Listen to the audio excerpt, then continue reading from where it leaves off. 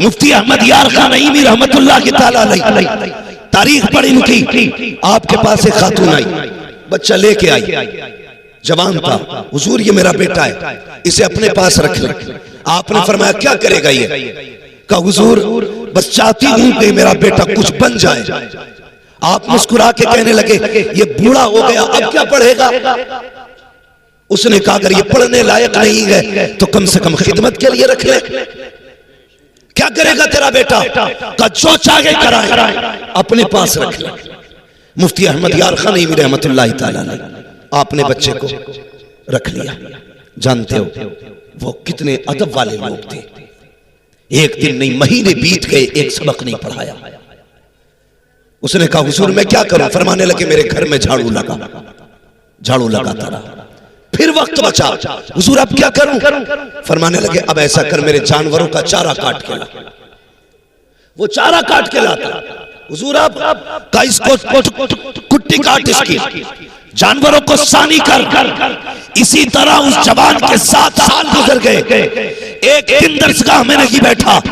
7 साल के बाद जब वो दौर आया जो उसके साथ में मदरसे में तलबा पढ़ने आए थे, जब उनकी दस्तार बंदी का वक्त आया, सारे तलबा लाइन से खड़े गए, नए छुपे नए लिबास गए। नंबर आने वाला था दस्तार बंदी का, पगड़ी बंधने वाली थी। अल्लाह अकबर। हजरत मुफ्ती अहमद यार खान नईमी रहमतुल्लाह की ताला अलैह फरमाते हैं बेटे क्या तू दस्तार नहीं देगा? जैसी इतना जुमला आपने फरमाया था उसकी आंख में आंसू आ गए। कहने लगा हजरत जी दस्तार उनकी होनी है जो दरसगाहों में बैठ के रखे, फरागत उनकी होनी है जिन्होंने कुरान सीखा है, उनको दस्तार से नवाजा जाएगा जो दरसगाहों में आते रखे। मैंने तो घास काटी है, जिंदगी गुजर गई 7 साल, आपके जानवरों को चारा देता रहा, आपके जानवरों को पानी पिलाता रहा। हजरत किस चीज की दस्तार बंदी है? मुफ्ती अहमद यार खान नईमी की। आंख में आंसू आ गए। फरमाते खड़ा हो जा, सबकी दस्तार बंदी बाकी उलमा करेंगे, तेरी दस्तार बंदी अहमद यार खान नईमी करेगा।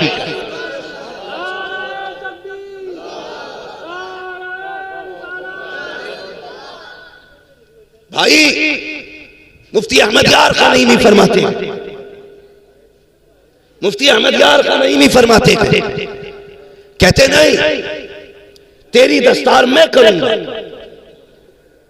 तवज्जो है आप लोगों?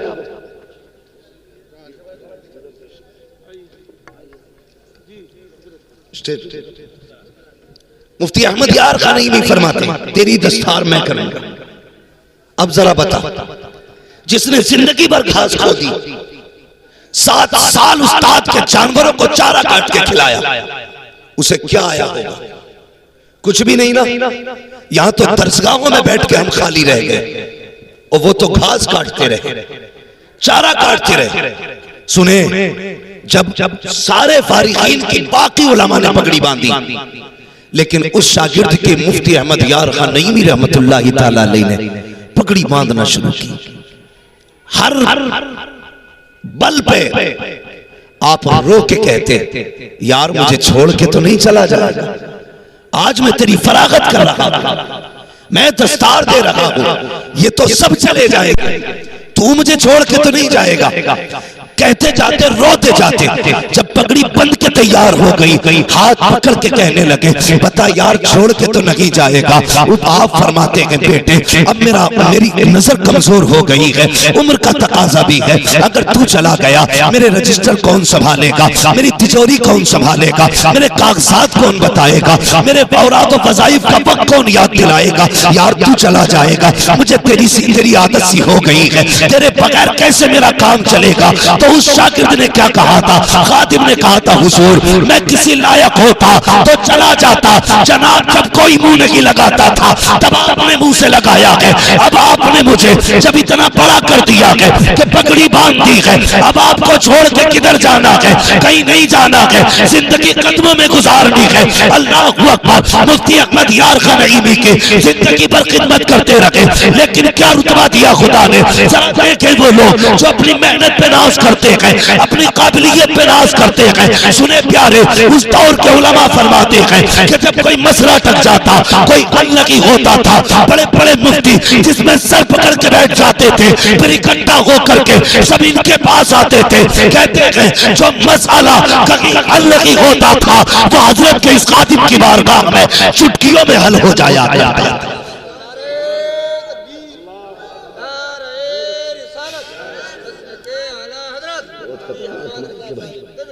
हाँ भाई, ये है उस्ताद, ये है जो कभी मेहनत नहीं देती, वो कभी कभी उस्ताद की दुआएं दे दिया करती है। अगर उस्ताद तुमसे अपने जूते चाटने का हुक्म दे तो चाटो जबान से, इसलिए कि उसकी नजर है जो तुम्हें आगे करेगी। मैंने बड़े बड़े काबिलों को बदल के जाहिल होते भी देखा है, जाहिल होते भी देखा। जब उस्ताद से उलझ गए तो बचे नहीं। जो रब देना जानता है वो रब लेना भी जानता है। बुजुर्गों ने फरमाया बा अदब बा नसीब, बेअदब कम नसीब। अदब पहला जीना है काबिलियत का, अदब करोगे तो आगे बढ़ोगे। ये होता है उस्ताद, अगर आपके बच्चे से कोई भी काम मदरसे में लिया जाए, आइंदा कभी मत कहना मैंने बेटे से पानी नहीं भरवाया, मैंने बेटे से तिनका तक नहीं तोड़वाया। उस्ताद की मर्जी पे छोड़ दिया करो, बेटा तुम्हारे हवाले है। चाहो तो पढ़ाओ, चाहो तो इससे सिर्फ जिंदगी भर जूतियां उठवाओ। हाँ, मगर बड़ी तंग नजरी है। और ये तजर्बा कर लेना, जो लोग इस चीज पे नजर रखते हैं ना, मेरे बेटे ने क्या किया है, कितना कर रहा है, इसने क्यों किया, ये तो हमने नहीं कराया, उनकी औलाद कभी कामयाब नहीं होती है, कभी कामयाब नहीं होती है। और मैं गुजारिश करूंगा तलबा से, फारिग होने के बाद हम लोग कभी उस्ताद की गलियों में चक्कर नहीं लगाते। हर साल हम मुजाबिरों की कोलक में 10-5 हजार डाल देते हैं। जिस उस्ताद ने हमें मिट्टी से सोना बना दिया, कभी 2 रुपए उसकी बारगाह में लेके नहीं जाते। जहां तुम, मैं बाजारों पे जाने से इनकार नहीं कर रहा, 36 बार जाओ तुम्हारी मर्जी है, लेकिन साल में 2 बार उस्ताद की चौखट पे भी जाया करो।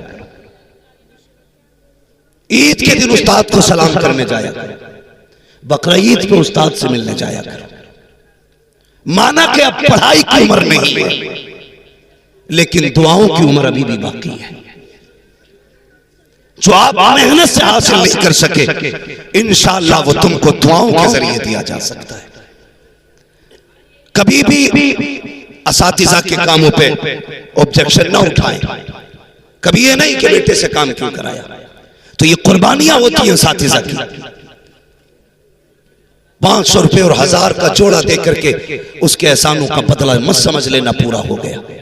आला हज़रत ने तरतीब बयान की, फरमाते मेरे उस्ताद, माँ बाप, भाई बहन, अहले वुल्द व अशीरत पे लाखों सलाम। पहले उस्ताद को रखा है, उसके बाद बाप को रखा है। पता चला बाप से बड़ा उस्ताद होता है। तुझसे भी बड़ा तेरी औलाद के लिए तेरा उसका उस्ताद है। ख्याल रखना है हमेशा। ये तो है उस्ताद के अपने जो इसकी कुर्बानियां हैं, अल्लाह अकबर। और फिर आप मदरसों की कुर्बानियां देखें, इन इदारे वालों की कुर्बानियां देखें, मदरसे वालों के एहसानात देखें, कितने एहसानात किए। और मेरी गुजारिश है, लोग कहते हैं कि लोग कुरान की इज्जत नहीं करते, हम कहते हैं पहले हमने कुरान वालों की इज्जत छोड़ी है, उसके बाद दूसरों ने कुरान वालों को जलील किया है। पहले हमने कुरान वालों को जलील किया। आप कहेंगे कैसे, हम तो हाफिज जी कहते हैं हमेशा, हम तो हजरत कह के बोलते हैं हमेशा। हाँ बोलते हो हजरत कह के, लेकिन अमल में कितना आपने इनको आगे रखा। इन कुरान वालों को कभी तेरे घर के शुद्ध माल से भी दावत मिली? ज़कात और सदक़े के अलावा कभी खिलाया? नहीं, इनकी दावत भी हुई तो कब, जब अब्बा मरा या अम्मा मरी या बीवी का जनाजा निकला, तब इन गरीबों के लिए कुछ चावल निकलते हैं घरों से। खुशी से कपड़े कोई नहीं बना। जब देख लिया ताऊ की बरसी आ गई, नाना की बरसी है, तब जाके 160 रुपए मीटर का जोड़ा ला। दुनिया भर के यतीमों वाला पैकेज बना, पैक करके लागा कि ये हजरत आपके लिए। ये दिया हमने इनको रुतबा, ये दी हमने इनको इज्जत।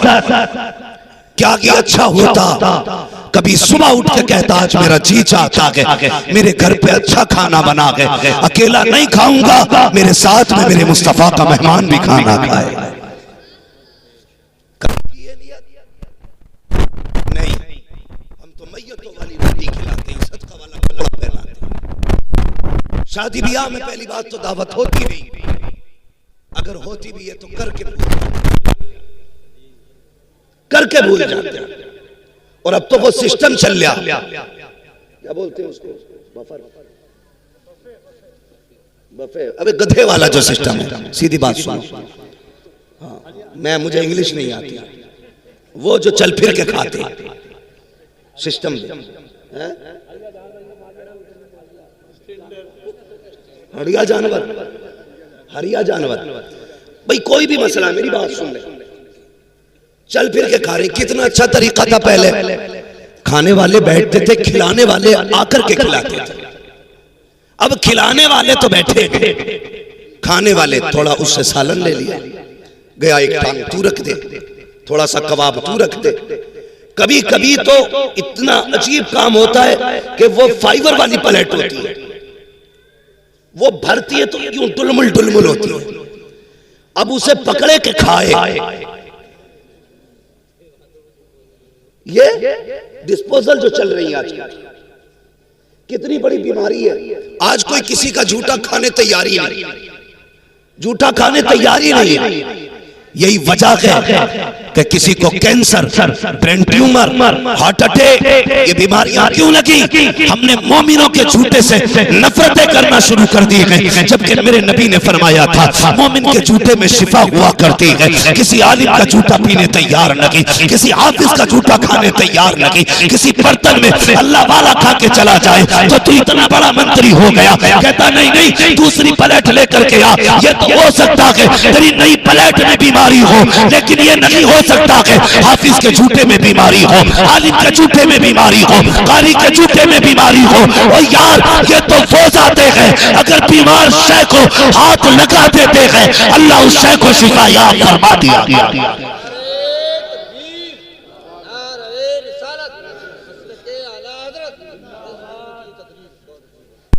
कुतुब बना घूम रहा, जूता नहीं खाएगा।